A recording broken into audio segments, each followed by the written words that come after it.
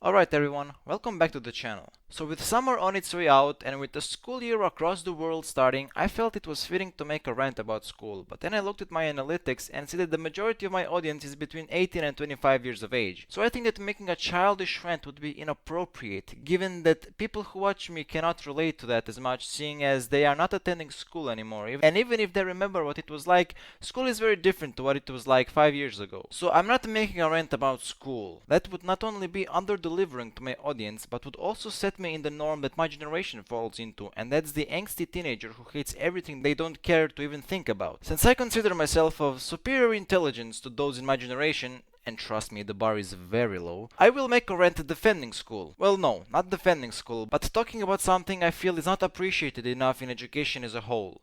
History. You see, I never really liked history. I always found it boring and tedious to learn. There are a bunch of events that you need to memorize and people who did different things. It's honestly a nightmare to learn. I dislike history and I feel as what I learn will never apply to my life. But just because I have a bias does not mean I'm right, and neither do I think that I'm right. Yes, I never liked history, but honestly, it's one of the most important things that you could learn. Let me tell you why. History repeats itself like a ripple. I'm sure that everyone has heard that saying, but it really is true. Now granted, I'm not a history buff. As I said, I couldn't tell you 5 things that happened between 1100 and 1600. But I did recently watch Game of Thrones. What amazes me in that show is everybody knows their history and their worldviews are based on their past. Since time is a linear flow of events, it makes sense that one event impacts the other, and so the flow of events throughout history changes based on the events themselves interacting. But when you take all that seemingly random clash of events, you can see a pattern and see what happens when X happens. For instance, if I sent a spy to steal your apples, you will send your spy to steal my apples. And when you zoom out and look at these two events, you can see what happens when somebody steals someone else's apples. Repeat that many times and you will have a better sense of what's happening in the world. Now, I'm not gonna delve into politics, but there are certain things happening in the world I'm not specialized to talk about. But I can tell you that people who know their history know far better what's going on and why it's going on and even what might happen in the future than me, a 17-year-old dude playing games all the time.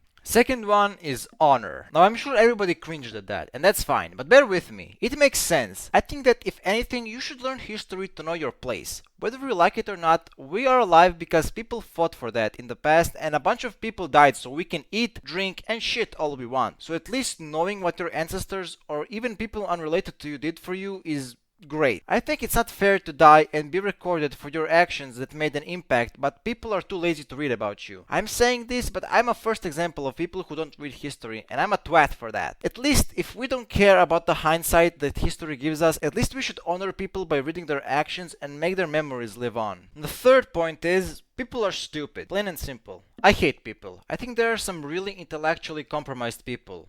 But I also love people, don't get me wrong. I think people are great and there are really some rare gems. But more often than not, people are stupid. Or at least that's what it seems like, because oftentimes the voice of the minority shapes what we think of the group as a whole. So there might be more smart people than stupid people, but the stupid people will make their presence known more. Why am I saying that? Well, a good way to silence the stupid people is to make them read history. Make them read what happened in the past to people who spoke too much about things. Alright, that's a joke, that's not the reason. But I think that stupid people should read the history. It's not because to make them smarter, but because it will make them shut up. Alright, the third point was a half joke, but this point is an actual legit point. It's cool, alright? It's cool to see how things affect each other. At the very least, if you don't care about the hindsight or the honor of the dead, I think it's just cool to learn about the natural morphing of the borders, the alliances, the cause and effect of it all. I think it's cool to study, for example, how the pyramids were built, why a mosque became a church, why a crusade failed, what did life for a medieval human look like, what did they do for fun, what skills did they need in day-to-day life, and even the progression is cool to read about. How the first industrial revolution changed everything, how standards for living changed with advancing technology, etc, etc. I think it's just cool to learn and to know, cause not only do you know cool historical facts, but you can be that guy who knows a bunch of random history shit. You could make a bunch of history references to the intellectually compromised. It's a beautiful day, ain't it? Almost as beautiful as 11th July when the Flemish rebelled against the French and won using only infantry against the French heavy cavalry. You see, I didn't even know that fact. I looked it up on Wikipedia. Look, it's right here. History is amazing. I love history and I really want to learn more. To conclude this video, I think what better way than to read a paragraph from an appropriate book.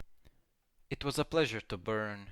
It was a special pleasure to see things eaten, to see things blackened and changed. with the brass nozzle in his fists, with his great python spitting its venomous kerosene upon the world. The blood pounded in his head, and his hands were the hands of some amazing conductor playing all the symphonies of blazing and burning, to bring down the tatters and charcoal ruins of history. With his symbolic helmet, numbered 451, on his stolid head, and his eyes all orange flame with the thought of what came next, he flickered the igniter and the house jumped up in a gorging fire that burned the evening sky red and yellow and black. He strode in a swarm of fireflies. He wanted above all, like the old joke, to shove a marshmallow on a stick in the furnace, while the flapping pigeon-winged books died on the porch on 2 lawns of the house. While the books went up in sparkling whirls and blew away on a wind turned dark with burning, Montag greened the fierce green of all men and singed and driven back by a flame. He knew that when he returned to the firehouse he might wink at himself, a minstrel man, burnt corked, in the mirror. Later, going to sleep, he would feel the fiery smile still gripped by his face muscles in the dark. It never went away, that smile. It never went away, as long as he remembered. That is the first paragraph of the book Fahrenheit 451, in which books are burned and learning history is forbidden. You make your own conclusions. But until next time, see ya!